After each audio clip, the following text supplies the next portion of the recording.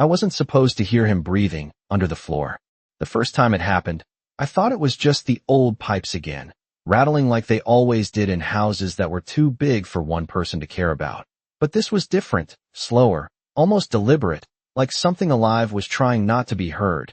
And I froze halfway down the hallway with a stack of folded linens in my arms, listening to the silence stretch just a little too long before the sound came back, faint and steady, right beneath my feet.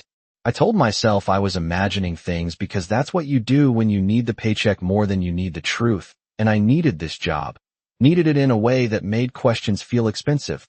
So I kept walking, kept breathing, kept pretending the rules made sense, even the one that didn't.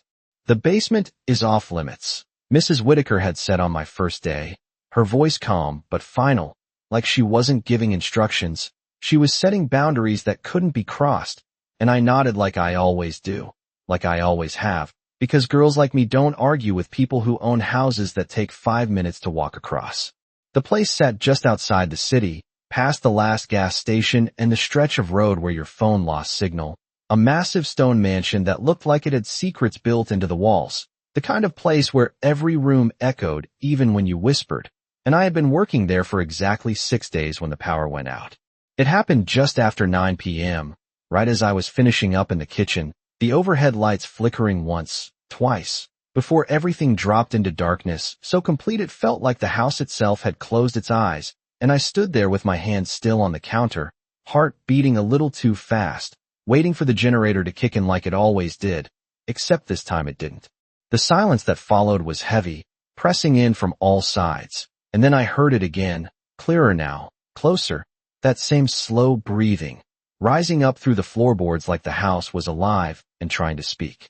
I swallowed hard and told myself not to move, not to think, not to do anything except wait, but my feet didn't listen. They never do when something feels wrong. And before I could stop myself, I was walking toward the back hallway, the one that led to the door I wasn't supposed to touch. Each step sounded too loud, my sneakers against the hardwood echoing like footsteps in an empty church, and I kept expecting the lights to snap back on or Mrs. Whitaker to appear out of nowhere, her sharp eyes catching me where I didn't belong. But nothing happened, just that sound, steady and patient, like it had all the time in the world. The basement door stood at the end of the hall, painted the same soft white as the walls, almost invisible if you didn't know it was there, and for a second, I just stared at it, my hand hovering inches from the knob, my mind running through every reason I should turn around, every warning I'd been given, every instinct telling me to walk away and forget I ever heard anything at all. Then the breathing stopped. Completely. The silence that replaced it was worse, sharper, like something had noticed me standing there, and I felt it. That shift in the air, that awareness that goes straight to your spine and settles there, cold and certain, and before I could talk myself out of it, I wrapped my fingers around the handle and turned it. The door creaked open just enough to let a thin strip of darkness spill out, thick and unmoving. And the smell hit me first, not bad, not rotten, just still, like air that hadn't moved in a long time, and I stepped down slowly, one hand brushing the wall, counting each step, because it was the only thing keeping me grounded, 1, 2, 3, until my foot found the concrete floor at the bottom. It was colder down there, noticeably colder, and for a moment I couldn't see anything at all, just shadows layered over more shadows, until my eyes adjusted enough to make out the shape in the corner. A man, sitting, still, and then he lifted his head. Even in the dark, I could feel his eyes on me, sharp and focused in a way that made my breath catch. Not like someone surprised, not like someone scared, but like someone who had been waiting. "You shouldn't be here," he said, his voice low, steady, completely controlled. And I don't know what scared me more, the fact that there was a man locked in the basement of this house, or the way he said it like I was the one who had made a mistake. Then he tilted his head just slightly, studying me in a way that felt too familiar for a stranger, and added, almost softly, "Emily, you finally came." I did not remember moving, but somehow I was closer to him, close enough to see the outline of his face as my eyes adjusted to the dark, sharp angles softened by shadow, a faint line along his jaw like a scar that had long since healed, and his eyes, I could not see their color yet, but I could feel them, locked on mine with a kind of focus that made the rest of the room disappear. How do you know my name? I whispered, my voice sounding smaller than I intended, like it did not belong in a place like this, and he exhaled slowly, almost amused, the sound barely more than a breath. You asked the wrong question, he said, his tone even, controlled, as if he had all the time in the world and none of this surprised him. The chain beside him shifted slightly when he moved, not loud, just enough to remind me that he was not supposed to be here, that something about this was deeply wrong, and yet nothing about him felt helpless. I swallowed and took a step back, my instincts finally catching up with my curiosity, but my body refused to turn, refused to run, like something invisible was holding me in place. You should not be down here, he continued, tilting his head just enough to study me from a different angle, like he was trying to confirm something he already believed. This house has rules. You follow them. That is how you stay safe. The way he said safe did not sound comforting. It sounded like a warning, and I felt a chill crawl up my spine as I wrapped my arms around myself, suddenly aware of how quiet everything was above us, how empty the house felt without the hum of electricity or the distant echo of movement. Are you being kept here?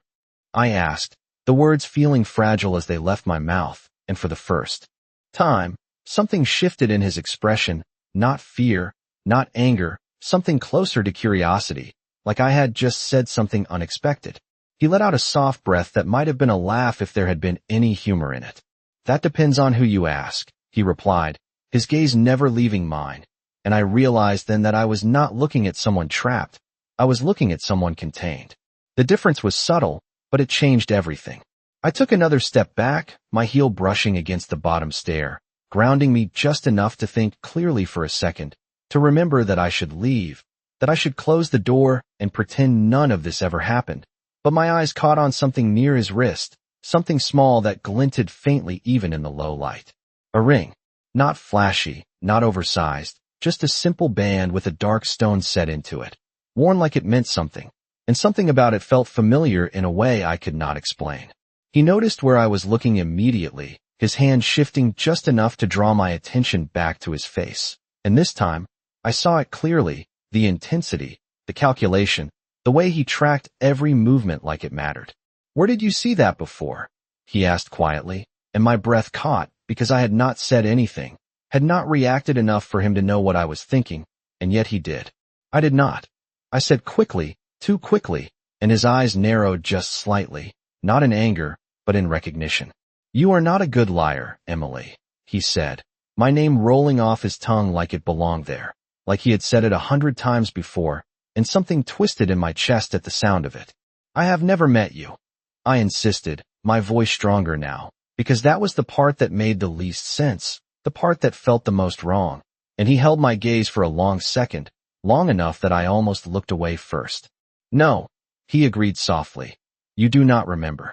The words settled into the space between us like something heavy, something that carried more meaning than I could understand, and before I could ask what he meant, a sound echoed from above, faint but unmistakable, the creak of a floorboard shifting under weight, and every instinct in my body snapped back into place.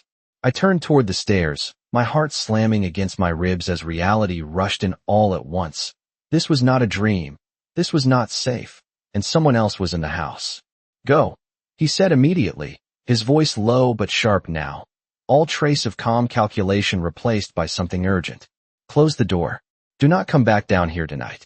I hesitated, just for a second, because there were too many questions, too many things that did not make sense, but the sound came again, closer this time, and I knew I did not have a choice. I backed up the stairs, my eyes still on him until the darkness swallowed his figure completely, and just before I reached the top, I heard him speak again, quieter this time, almost to himself. They are already watching you. My hand tightened around the doorknob as I pulled it shut, the click echoing louder than it should have, and for a moment, I stood there in the dark hallway, trying to convince myself that I could still walk away from this, that I could forget what I had seen, forget what I had heard, but the truth settled in slowly, cold and certain. He knew my name, and somehow, that was the least frightening part. I did not sleep that night, not really, because every time I closed my eyes I saw his face in the dark, calm in a way that did not match the situation, like he was exactly where he intended to be, and the words he said kept replaying in my head, slow and deliberate. You do not remember. They are already watching you.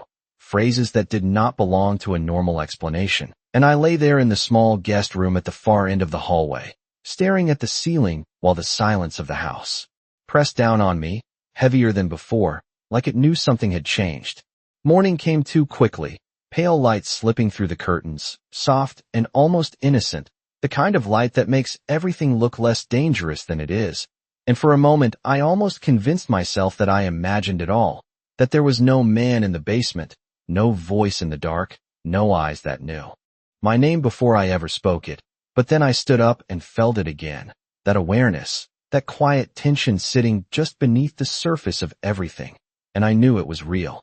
The house felt different in daylight, brighter, cleaner, like it was trying to hide what lived underneath it, and I moved through my routine on autopilot, folding laundry, wiping down surfaces, keeping my head down the way I always did. But this time I was listening, every small sound catching my attention, every shadow making me pause just a second longer than necessary. Mrs. Whitaker appeared around 10, exactly on time, as if the night had not happened at all, her heels clicking softly against the marble floor, her posture straight, her expression perfectly composed. Power outage last night, she said without looking at me, like she was addressing the room instead of a person. The generator failed temporarily. It has been fixed. I nodded, keeping my voice steady. Yes, ma'am. She stopped then, just slightly, and turned her head toward me, her eyes sharp in a way that made my stomach tighten.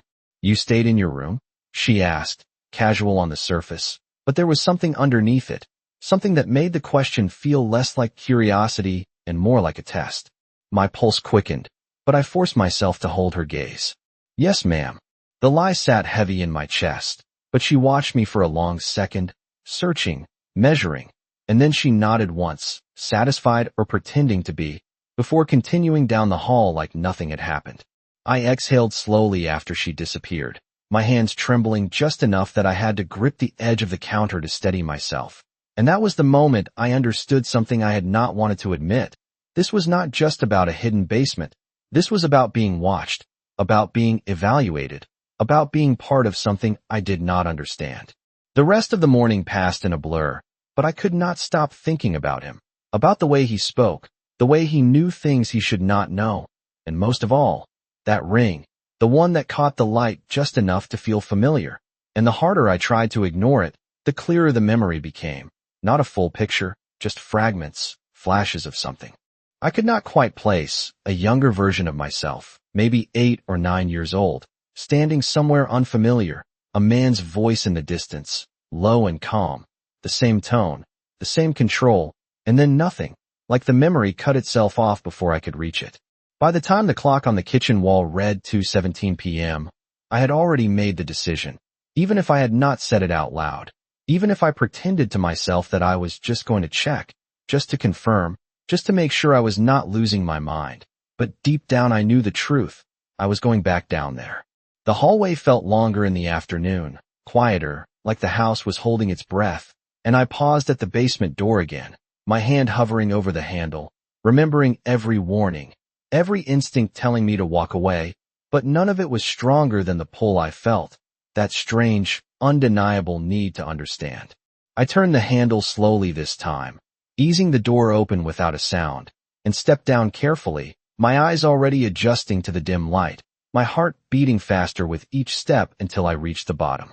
He was exactly where I had left him, sitting in the same position, like he had not moved at all, and yet the moment my foot touched the concrete, his head lifted, his gaze finding me instantly, like he had been expecting me. I told you not to come back, he said, but there was no surprise in his voice, no frustration, just quiet certainty, and I took a step closer before I could stop myself. You knew I would. I replied, my voice steadier than I felt, and for the first time, something like approval flickered across his expression, subtle but unmistakable. Yes, he said simply, watching me with that same intense focus. I did. I hesitated for a second, then forced the question out before I could lose my nerve. Who are you? The silence that followed stretched just long enough to make me wonder if he would answer at all. But then he leaned forward slightly, the faint sound of the chain shifting in the quiet space. And when he spoke again, His voice was lower, more deliberate, like every word mattered. The better question, he said, his eyes locking onto mine in a way that made my breath catch, is why you were sent here. The words settled into me slower than they should have, like my mind refused to accept them all at once. And for a second, I just stood there, staring at him, trying to decide if this was some kind of manipulation or if he actually believed what he was saying. I was not sent here, I said, the denial coming out sharper than I intended, because that part felt important. That part felt like the last piece of control I had left. I applied for a job. I needed the money. That is it. He watched me carefully as I spoke, not interrupting, not reacting, just listening in a way that made me feel like every word I said was being weighed, measured against something I could not see. When I finished, the silence stretched between us again, heavy but not uncomfortable for him, only for me. That is what you were told, he said finally, his voice calm, almost gentle, and somehow that made it worse. There is a difference. I shook my head immediately, taking a step back as if distance could make his words less real. No, that is not possible. I chose this. I remember choosing this. Even as I said it, something in my chest tightened, because the memory of that choice felt thinner than it should have, like a photograph that had faded around the edges, the details there, but not solid, not anchored. He noticed. Of course he did. His gaze sharpened just slightly, like he had been waiting for that exact reaction. Do you? He asked quietly. Or do you remember deciding after you were already here? The question hit harder than anything else he had said, because it slipped past logic and went straight to something instinctive, something I could not immediately defend against. I opened my mouth to respond, but nothing came out, because I was not sure anymore, not completely, and that uncertainty felt dangerous. He leaned forward just a little, the faint sound of metal shifting marking the movement, but his focus never left my face. Think carefully, Emily, he continued, his tone steady, controlled, the kind of voice that did not rush because it did not need to. The job posting, the interview, the drive out here. How much of it do you actually remember? I forced myself to think, to replay it in my head, and the images came back in fragments. Sitting in a small office, a woman I could not quite picture clearly, signing papers, packing my things, the long drive past the last gas station. But the details blurred together in a way that did not feel right, like something had been edited out. I remember enough, I said, but my voice had lost some of its certainty, and we both heard it. He did not argue. He did not need to. Instead, his eyes dropped briefly to his hand, to that same ring that had caught my attention before, and when he looked back up, there was something different in his expression, something more personal. You noticed this, he said, lifting his hand slightly, the dark stone catching what little light there was. You reacted to it before you even understood why. I hesitated, then nodded slowly, because there was no point denying that part. It feels familiar, I admitted, the words quiet but honest. I do not know why. His jaw tightened almost imperceptibly, like that answer mattered more than anything else I had said. You have seen it before, he said, not a question, not even a guess, just a statement of fact. A long time ago. A faint pressure built behind my eyes as I tried to reach for that memory again, to pull it into focus, but every time I got close, it slipped away, leaving only that same unsettling sense of recognition without context. I would remember, I insisted, though it sounded weaker now, like I was trying to convince myself more than him. He studied me for a long second, then shook his head slightly, not dismissive, just certain. No, he said softly. You would remember what they allowed you to keep. The words sent a chill through me, sharp and immediate, and I wrapped my arms around myself again, suddenly aware of how cold it felt down here, how exposed. Who is they? I asked, because if I did not ask, I would not be able to stop thinking about it. He did not answer right away. Instead, he looked past me, toward the stairs, like he was listening for something I could not hear, and when he spoke again, his voice dropped lower, more controlled than ever. The people who own this house, he said. The people who brought you here. My heart started beating faster, each thud louder in my ears, because that meant this was bigger than I thought, bigger than a hidden basement or a single secret. Why? I pressed, taking a step closer despite myself. Why me? This time, he held my gaze without looking away, and whatever he saw there seemed to confirm something, Because his expression settled into something almost resolute. Because you are the only variable they could not predict, he said quietly. And that makes you dangerous. The word dangerous did not feel like a compliment. It felt like a warning, and before I could ask anything else, before I could even process what that meant, a sound echoed from above again, heavier this time, closer, followed by the unmistakable rhythm of footsteps moving down the hallway, and his entire posture changed in an instant, every trace of calm shifting into something sharper, more alert. You need to leave, he said immediately, his voice low but urgent, and this time there was no room for argument. Now, the sound of footsteps above did not stop. It slowed, deliberate and measured, like whoever was walking knew exactly where they were going. And for a split second I stood there frozen, my body refusing to choose between staying and running, because leaving felt wrong, but staying felt dangerous in a way I could not fully explain. Emily, he said again, sharper this time, pulling my attention back to him, and there was something in his voice I had not heard before, not fear, but urgency layered over control. If they find you down here, you will not be able to pretend this was a mistake. That was enough to break whatever hesitation I had left. I turned immediately, moving up the stairs faster than before, my hand sliding along the wall to keep my balance as my heartbeat climbed into my throat, loud enough that I was sure it could be heard upstairs, and with each step the air felt thinner, tighter, like I was pushing through something invisible. By the time I reached the top, the footsteps were right outside the hallway, close enough that I could hear the subtle shift of weight, the quiet pause before movement, and I pulled the door closed carefully, easing it into place instead of letting it click, my fingers lingering on the handle for a fraction of a second too long before I forced myself to move. I stepped away just as the figure turned into the hallway. It was not Mrs. Whitaker. That realization hit me first, sharp and immediate, because in my mind she had been the only one who moved through this house with that kind of certainty, but the man standing there now carried something different, something heavier.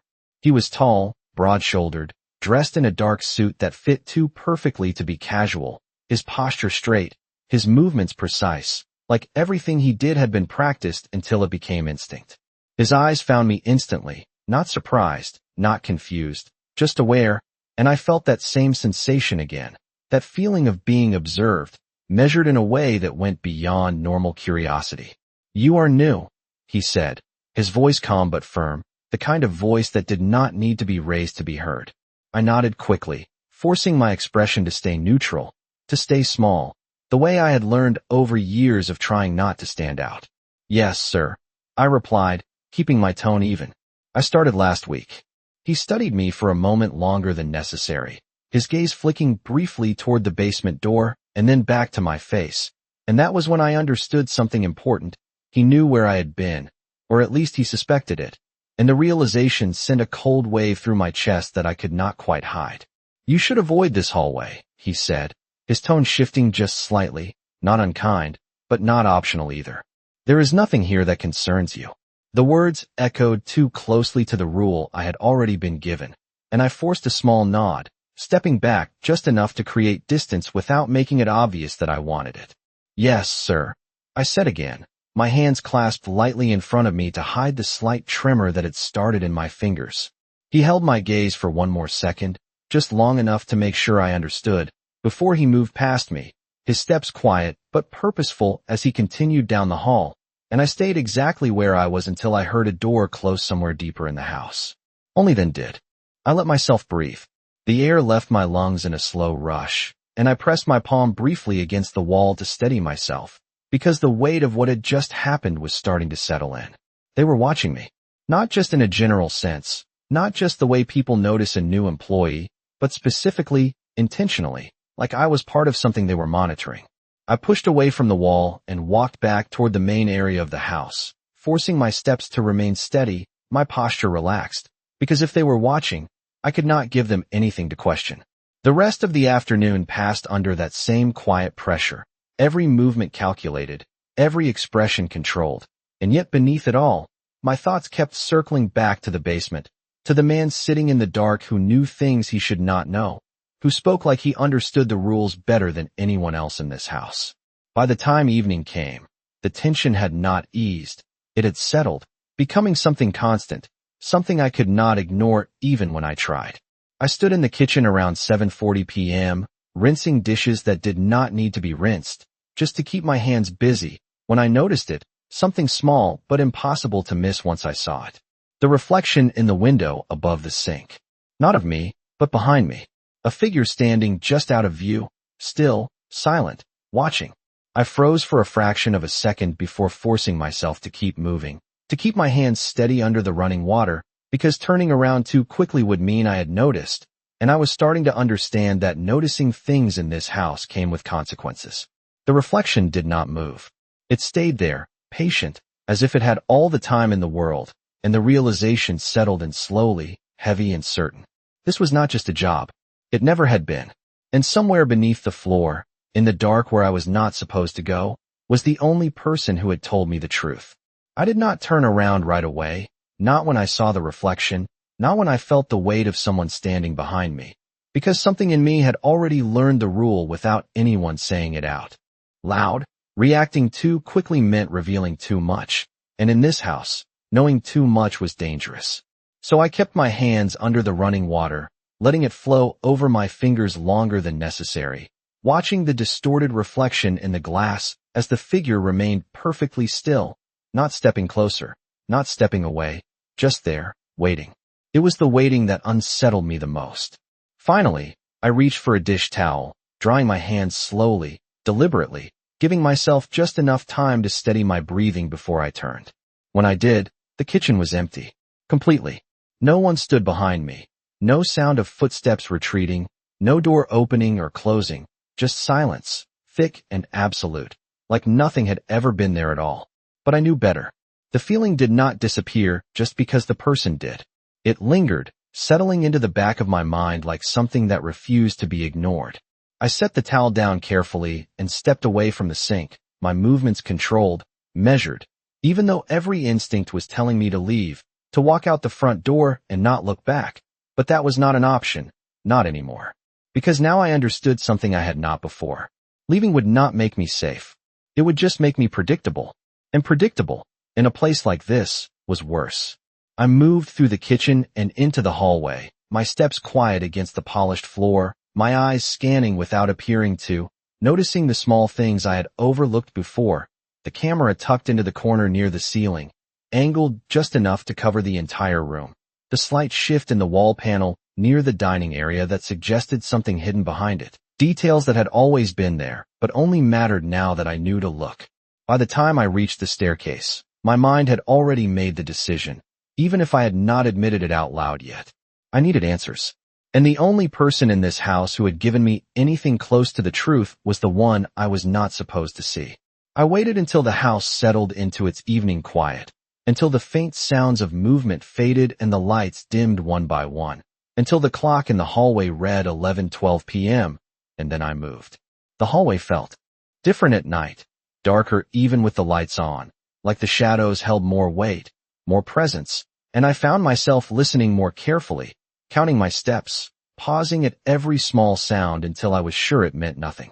When I reached the basement door, I did not hesitate this time.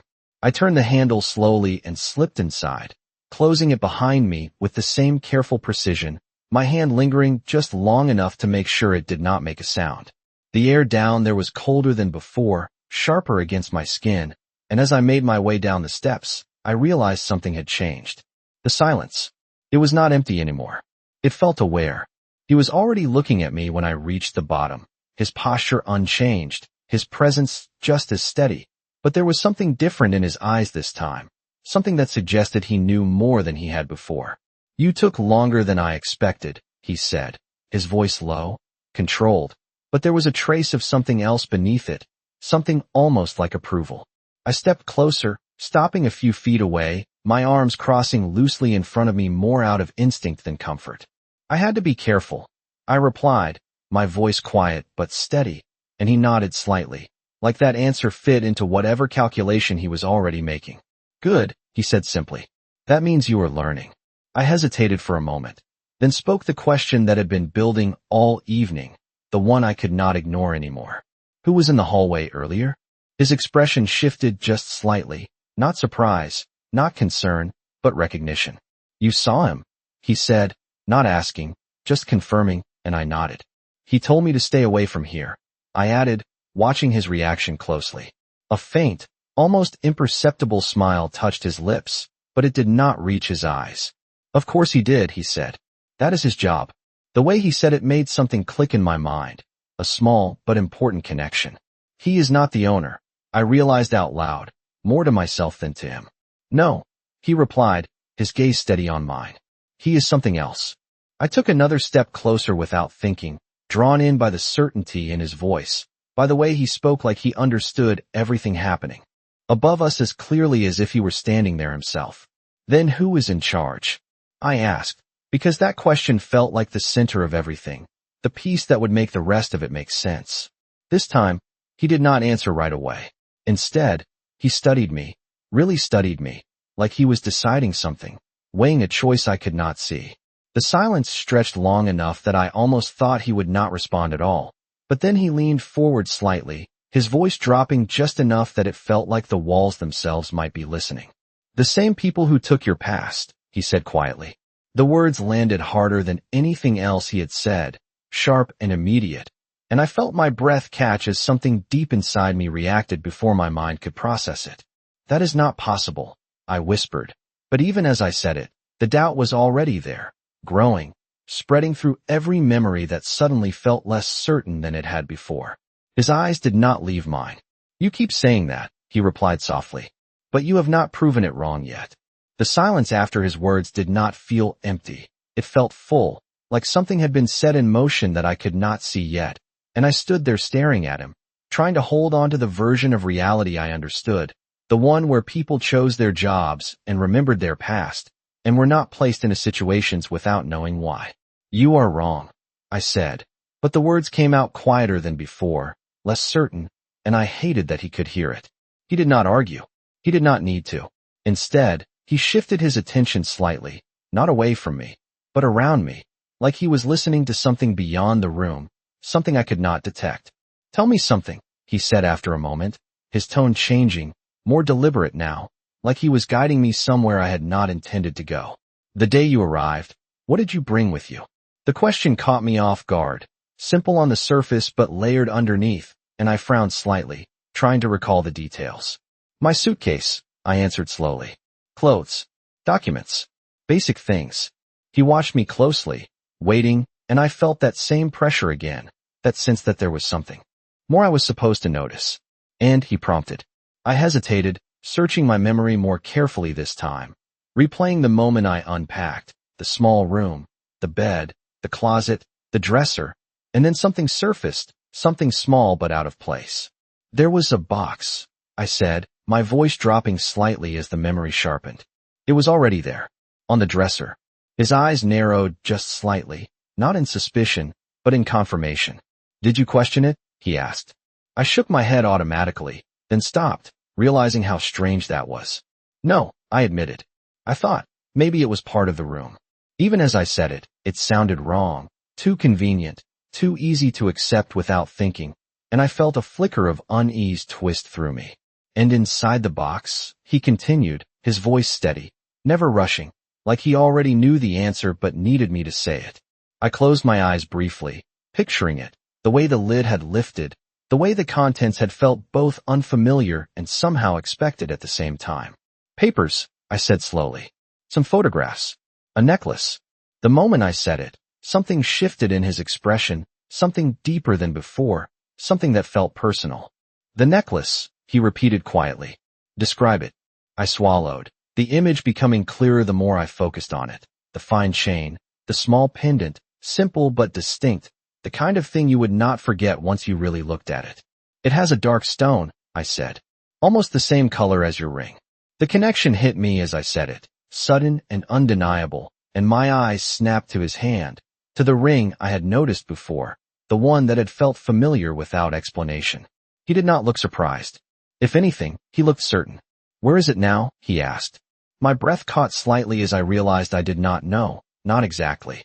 In my room, I said after a moment, though even that felt uncertain. I think. His gaze held mine, steady and intense, and for the first time, I felt like I was standing on the edge of something I could not step back from. You need to find it, he said, his tone leaving no room for doubt. And when you do, you need to look at it carefully. I frowned, confusion mixing with something sharper, something closer to fear. Why? I asked, because nothing about this felt simple anymore. Nothing felt accidental. He leaned forward slightly, just enough that the faint light caught his face more clearly, and this time, I saw it. Not just control, not just calculation, but something else beneath it, something that felt almost like urgency. Because it does not belong to them, he said quietly. It belongs to you. The words hit harder than anything else he had said, because they carried weight, implication, something that reached beyond this room and into everything I thought I knew about myself. That does not make sense, I whispered, but my voice lacked conviction now, because too many things had already stopped making sense. He held my gaze, unshaken. It will, he said, when you remember. The word remember echoed in my mind, louder than it should have, and before I could ask what he meant, before I could push further, a sound cut through the silence above us, sharper this time, unmistakable, the distinct click of a lock turning, followed by footsteps moving with purpose, not wandering, not casual, but direct. His entire posture shifted instantly, every trace of calm tightening into something more alert, more focused. You need to go, he said immediately, his voice low but urgent, stronger than before. And this time, do not come back until you have the necklace.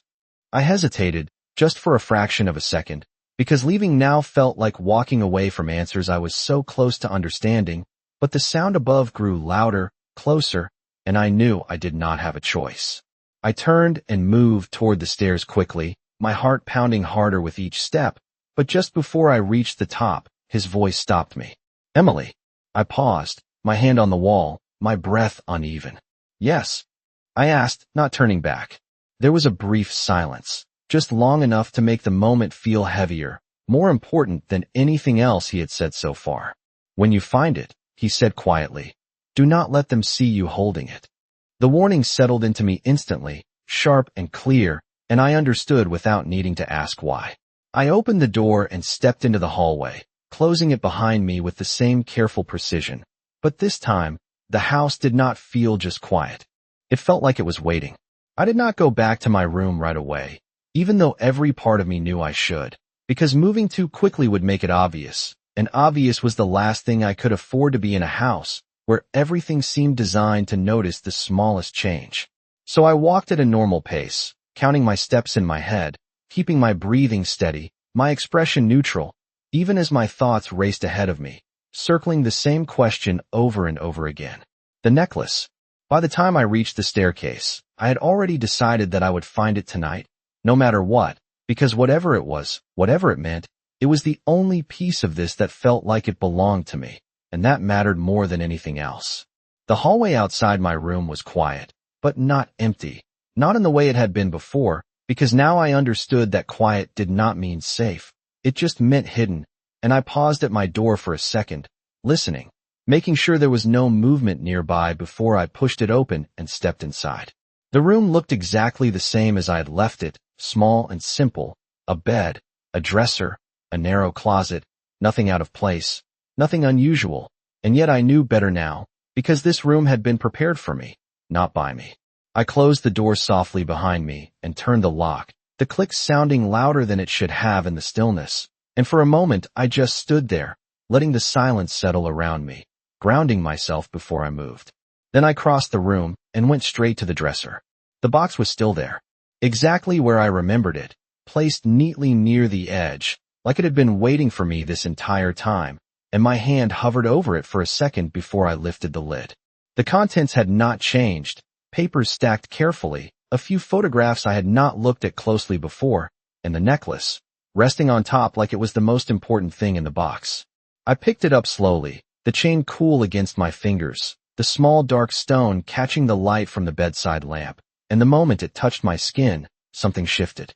It was not a full memory, not a clear image, just a sensation, a feeling of recognition so strong it made my breath hitch, like my body knew this object in a way my mind could not yet explain. I turned it over in my hand, studying the details more carefully this time. The shape of the stone, the way it was set into the metal, and then I saw it, something I had missed before, a tiny engraving on the back, so small it was almost invisible unless you knew to look for it.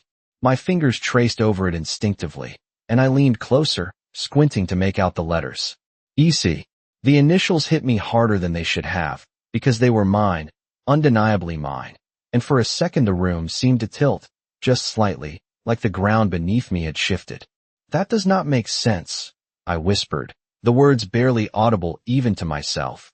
But the evidence was right there in my hand, impossible to ignore. This was not something placed here randomly. This was mine.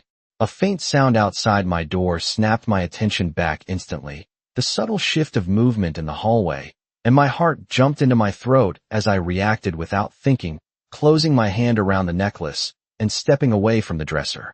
I did not put it back. I could not. Instead, I slipped it into the pocket of my uniform, pressing it flat against the fabric, hiding it in the most natural place I could think of, and just in time, because a second later, there was a knock. Not loud, not urgent, just controlled, deliberate. I froze for a fraction of a second before forcing myself to move, to act normal, to act like I had been doing nothing at all, and I walked to the door, unlocking it with steady hands that did not match the speed of my heartbeat. When I opened it, Mrs. Whitaker stood on the other side, her posture as composed as ever, her expression calm but unreadable.